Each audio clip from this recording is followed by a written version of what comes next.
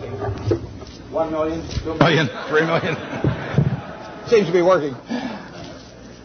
I'd like to just say a few words preliminarily, and then the highlight for me will be getting your questions in a few minutes, because I want to talk about what's on your mind. I urge you to throw hard balls. It's more fun for me if you put a little speed on the pitches as they come in. You can ask about anything except last week's Texas A&M game. That's off limits. We have a couple of men here from SunTrust. I was just up at the Coke meeting, and I sit next to Jimmy Williams there, who ran SunTrust for many years, and he wanted to be sure that I wore this SunTrust shirt down here. I've tried to get sponsorship on the Senior Golf Tour. I haven't had much luck, but now on the Bankers Tour, I'm doing a little bit better. And he says I get a percentage of the increase in deposits in Gainesville. So I'll go out for SunTrust, dear old SunTrust. I would like to talk for just 1 minute up to the students about your future when you leave here, because you're going to learn a tremendous amount about investments, and you'll learn enough to do well. You've all got the IQ to do well. You've all got the initiative and energy to do well, or you wouldn't be here. And most of you will succeed in meeting your aspirations. But in determining whether you succeed, there's more to it than intellect and energy. And I'd like to talk for just a second about that. In fact, there was a fellow that Pete Kiewit in Omaha used to say that he looked for 3 things in hiring people. Look for integrity, intelligence, and energy. And he said if the person didn't have the first 2, that the latter 2 would kill them. Because if they don't have integrity, you want them dumb and lazy. You don't want them smart and energetic. And I'd really like to talk about that first one, because we know you've got the second 2. And to play along with me in a little game for just a second, in terms of thinking about that question. You've all been here, I guess almost all of your second-year MBAs, and you've gotten to know your classmates. And think for a moment that I granted you the right to buy 10% of one of your classmates for the rest of his or her lifetime. Now you can't pick one with a rich father; that doesn't count. I mean, you've got to pick somebody who's going to do it on their own merit. And I gave you an hour to think about it. Which one are you going to pick among all your classmates as for the one you want to own 10% of for the rest of their lifetime? Are you going to give them an IQ test? Pick the one with the highest IQ? I doubt it. Are you going to pick the one with the best grades? I doubt it. You're not even going to pick the most energetic one necessarily, or the one that displays the most initiative. But you're going to start looking for qualitative factors in addition to, because everybody's got enough brain here and enough energy.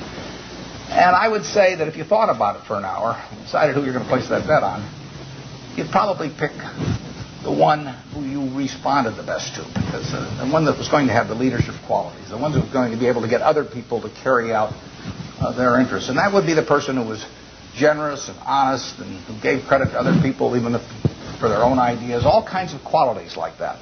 And you could write down those qualities that you admire in this other person, whoever you admire most in the class. And then I would throw in a hooker. I would say as part of owning 10% of this person, you had to agree to go short 10% of somebody else in the class. That's more fun, isn't it? And you think, well, now who do I want to go short of? And again, you wouldn't pick the person with the lowest IQ you would start thinking about the person really who turned you off for one reason or another. I mean, they had various qualities, quite apart from their academic achievement, but they had various qualities. In the end, you shouldn't really want to be around them, and other people didn't want to be around them. And what were the qualities that lead to that? Well, there'd be a whole bunch of things. But it's the person who's egotistical, the person who's greedy, the person who's slightly dishonest, cuts corners, all of these qualities. And you could write those down on the right-hand side of the page. And when you look at that, I don't know which one I'm using. Can you hear me okay with this? Yeah, fine. Yeah. Your microphone on the side. Just come back up. What do I do with it? It just came loose. Oh, it just came loose. Okay. You can see why I avoid technology. Chewing gum is about as far as I get. As you looked at those qualities on the left and right-hand side, there's one interesting thing about them. It's not the ability to throw a football 60 yards. It's not the ability to run the 100-yard dash in 9.3. It's not being the best-looking person in the class. They're all qualities that if you really want to have the ones on the left-hand side, you can have them. I mean, they're qualities of behavior, temperament, character that are achievable. They're not forbidden to anybody in this group. And if you look at the qualities on the right-hand side, the ones that you find turn you off in other people, there's not a quality there that you have to have. If you have it, you can get rid of it, and you can get rid of it a lot easier at your age than you can at my age, because most behavior is habitual, and they say the chains of habit are too light to be felt until they're too heavy to be broken. And there's no question about it. I see people with these self-destructive behavior patterns at my age or even 10 or 20 years younger, and they really are entrapped by them. They go around and they do things that turn off other people right and left, and they don't need to be that way, but by a certain point they get so they can hardly change it.